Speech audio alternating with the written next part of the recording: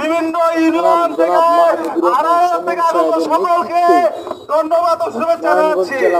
আমরা সুমন সাহেবের নেতৃত্বে সুমন সাহেবের নেতৃত্বে গণসমাবেশের আয়োজন করা হয়েছে। আদর্শ নীতিবান যোগ্য ব্যক্তিত্ব পাওয়ার কিছু নাই। ২৫০০ কিছু দেওয়ার জন্য এসেছে।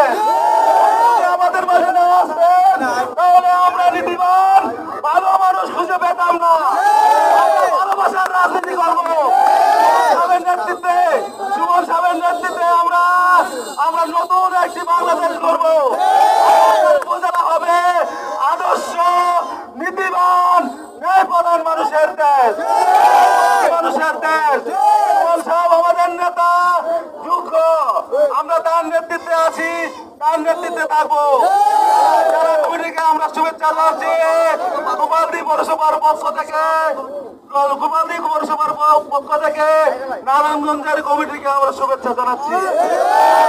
কমিটির নেতৃত্বে আমরা আছি, নারায়ণগঞ্জের নেতৃত্বে আমরা থাকবো। সুমন ভাইয়ের